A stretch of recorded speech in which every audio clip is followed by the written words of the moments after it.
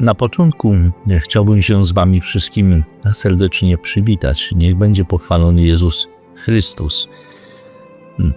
To nasze spotkanie ze Słowem Bożym chciałbym poświęcić tematowi trudnemu, a z drugiej strony tematowi, który dużą część życia naszego absorbuje.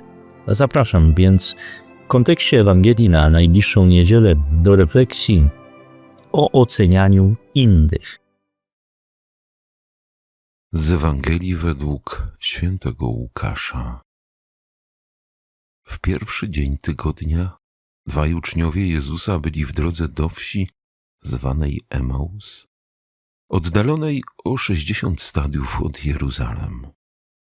Rozmawiali oni z sobą o tym wszystkim, co się wydarzyło. Gdy tak rozmawiali i rozprawiali z sobą, sam Jezus przybliżył się i szedł z nimi. Lecz oczy ich były jakby przesłonięte, tak że go nie poznali. On zaś ich zapytał: cóż to za rozmowy prowadzicie z sobą w drodze? Zatrzymali się smutni, a jeden z nich imieniem Kleofas odpowiedział mu: ty jesteś chyba jedynym z przebywających w Jerozolimie, który nie wie, co się tam w tych dniach stało. Zapytał ich: cóż takiego? Odpowiedzieli mu: to, co się stało z Jezusem Nazarejczykiem, który był prorokiem potężnym w czynie i słowie wobec Boga i całego ludu. Jak arcykapłani i nasi przywódcy wydali go na śmierć i ukrzyżowali. A my spodziewaliśmy się, że on właśnie miał wyzwolić Izraela. Ale po tym wszystkim dziś już trzeci dzień, jak się to stało. Nadto jeszcze niektóre z naszych kobiet przeraziły nas. Były rano u grobu, a nie znalazłszy jego ciała, wróciły i opowiedziały, że miały widzenia aniołów, którzy zapewniają, iż on żyje. Poszli niektórzy z naszych do grobu i zastali wszystko tak, jak kobiety opowiadały, ale jego nie widzieli. Na to on rzekł do nich: o nierozumni, jak nieskore są wasze serca do wierzenia we wszystko, co powiedzieli prorocy. Czyż Mesjasz nie miał tego cierpieć, aby wejść do swej chwały? I zaczynając od Mojżesza, poprzez wszystkich proroków, wykładał im, co we wszystkich pismach odnosiło się do niego. Tak przybliżyli się do wsi, do której zdążali, a on okazywał, jakby miał iść dalej. Lecz przymusili go, mówiąc: zostań z nami, gdyż ma się ku wieczorowi i dzień się już nachylił. Wszedł więc, aby zostać wraz z nimi. Gdy zajął z nimi miejsce u stołu, wziął chleb, odmówił błogosławieństwo, połamał go i dawał im. Wtedy otworzyły się im oczy i poznali go, lecz on zniknął im z oczu. I mówili między sobą: czy serce nie pałało w nas, kiedy rozmawiał z nami w drodze i pisma nam wyjaśniał? W tej samej godzinie zabrali się i wrócili do Jeruzalem. Tam zastali zebranych 11, a z nimi innych, którzy im oznajmili: Pan rzeczywiście z martwych wstał i ukazał się Szymonowi. Oni również opowiadali, co ich spotkało w drodze i jak go poznali przy łamaniu chleba. Oto słowo Pańskie.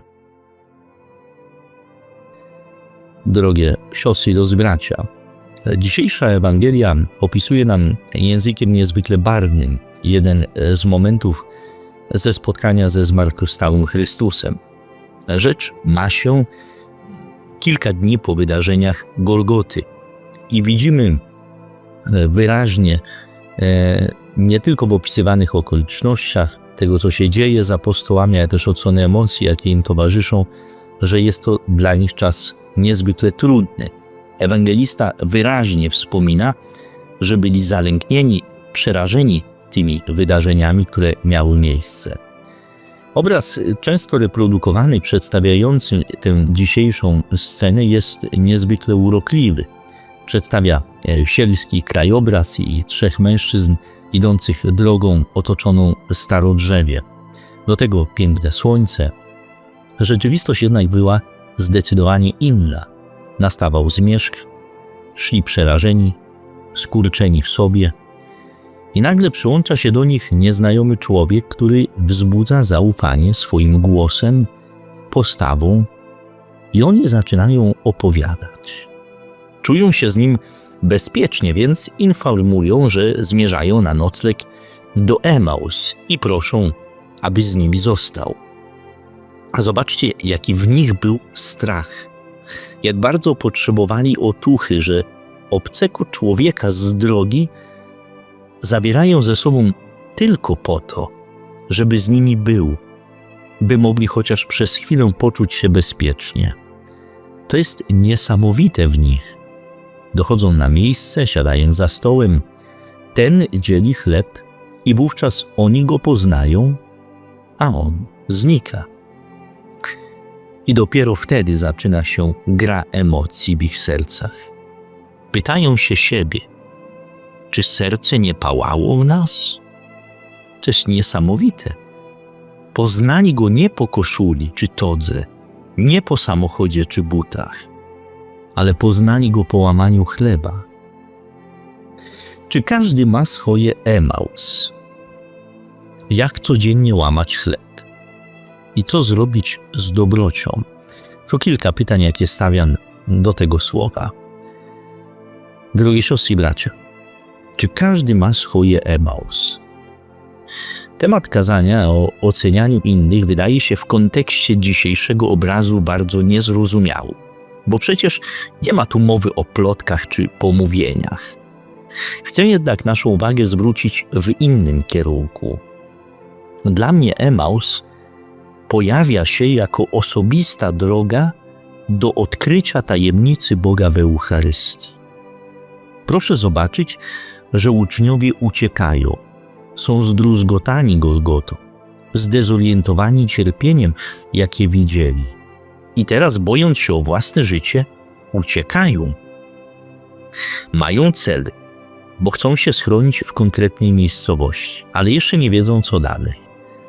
I można by na tym etapie ich przekreślić, powiedzieć, że są tchórzami, że nie dali rady, że przez te 3 lata bycia z mistrzem byli darmozjadami.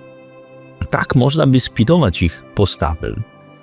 Ale to się przecież tak nie skończyło, bo ostatecznie oni dadzą i świadectwo wiary, i ofiary z życia. Pamiętam sprzed może kilkunastu lat taką parę, która żyła ze sobą kilkadziesiąt lat, nie mogąc brać pełnego udziału w Eucharystii. Kiedy się poznaliśmy, byli już w bardzo dojrzałym wieku. Nasze pierwsze spotkanie zamieniło się w kilkugodzinną rozmowę. Opowiadali o tym, co w życiu przeszli, jak się poznali. Ich pierwsze relacje nie przetrwały, bo były uszkodzone ludzką wadą i niedojrzałością. Jak się poznali, nie mogli na tym etapie zawrzeć związku małżeńskiego. Urodzili 2 dzieci, pięknie je wychowali do Boga i ludzi, a sami pozostali z ogromną tęsknotą za Bogiem. Wiecie, to co mnie wtedy uderzyło, to jak oni mówili o tęsknocie za chlebem eucharystycznym. Pamiętam, wróciłem na wikariat i zacząłem się sam siebie pytać, czy ja tak tęsknię za Jezusem w żywym chlebie? Po latach zawarli ślub przed ołtarzem i dzisiaj mają prawie, a może już i po 90 lat. Siedzą w domu w fotelach, trzymają się za ręce, a ksiądz co tydzień przynosi im Jezusa. Kiedy czytam o Emaus, to sobie myślę o ich Emaus, o ich lęku, o spojrzeniach, które oceniały, o dyskusjach, jakie za ich plecami ktoś toczył. A oni w ciszy domu nieraz płakali, że Pan Bóg niby w zasięgu ręki, a niedostępny. Jak codziennie łamać chleb? Drogie siostry i bracia, apostołowie jak doszli do Emaus, to zasiedli do stołu i tam podczas wieczerzy poznali Jezusa po tym, jak połamał chleb. I nie chodzi tu o sposób krojenia czy rwania bułek chleba, a sęk, że poznali Go po tym, jak się podzielił. Jezus, jak połamał chleb, to najpierw go dał innym i to ich zaskoczyło. Inny wziąłby od razu kromkę dla siebie, bojąc się, że zabraknie, a to w tym geście dostrzegli bezinteresowność wędrowca. Łamać trzeba tak, aby dobrem się dzielić. Żadne dobro zostawione dla siebie nie wyda właściwego owocu. Łamać chleb to nie oceniać. To umieć zobaczyć w drugim człowieku odrobinę dobra, nawet tę, która jest skrzętnie schowana pod czasem trudną ludzką skorupą. Pamiętam kiedyś taką scenę z parafii, gdzie była organizowana wigilia dla osób potrzebujących. Wszyscy przyszli, osoby, które zaangażowały się również i przyszła z pomocą jedna z pań z koła różańcowego. Nawiasem mówiąc, kobieta wydawało się złotym sercu. Przyszła, chciała pomóc, przygotować posiłki. Pomodliliśmy się i proboszcz zapraszaj, mówi teraz siadamy. Ta pani wyszła, robiła wszystko, aby tylko razem nie usiąść, a to poszła nakładać, a to zmywać, a to paczki ponosić. Wszystko, aby nie usiąść razem. W końcu widziałem, jak proboszcz się lekko zirytował i wyszedł na korytarz i mówi wprost: czemu pani nimi gardzi? Czemu pani boi się zetknięcia z drugim człowiekiem? I się rozpłakała, bo wiedziała, że proboszcz mówi prawdę. Wiecie, czasem pod pobożnością może być ukryty jad. Czasem pod chęcią pomocy może być też własny interes. Niestety, czasami brakuje nam umiejętności bezinteresownego daru serca. A to właśnie ten bezinteresownie połamany chleb jest żywym świadectwem Chrystusa. A drogi siostry i bracia, co zrobić z dobrocią? Mogę tylko prosić, nie zatrzymujcie jej dla siebie. Zróbmy sobie może takie ćwiczenie.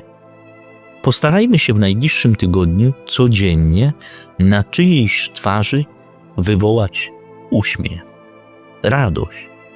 A jeśli zdarzy się nam wywołać łzę, to zadanie mnożymy razy 2. Wiecie, jak się świat wokół nas zmieni? Bo dobro podzielone daje radość. To, co dane, wraca. A egoizm zawsze degraduje i stawia nas, jakbyśmy byli pępkami świata. Trzeba pamiętać, że ani na nas się świat nie zaczął, ani na nas nie skończy, a dobro zostanie w sercach tych, którzy przyjdą po nas. To tyle. Amen. A na koniec, z racji tej, że to moje pierwsze dzielenie się słowem we wspólnocie Gloriozy et Trinita, będzie trochę prywaty. Otóż pozdrawiam panią Kolneńską, prezes i jej męża. Pani prezes domyśli się, o kogo chodzi.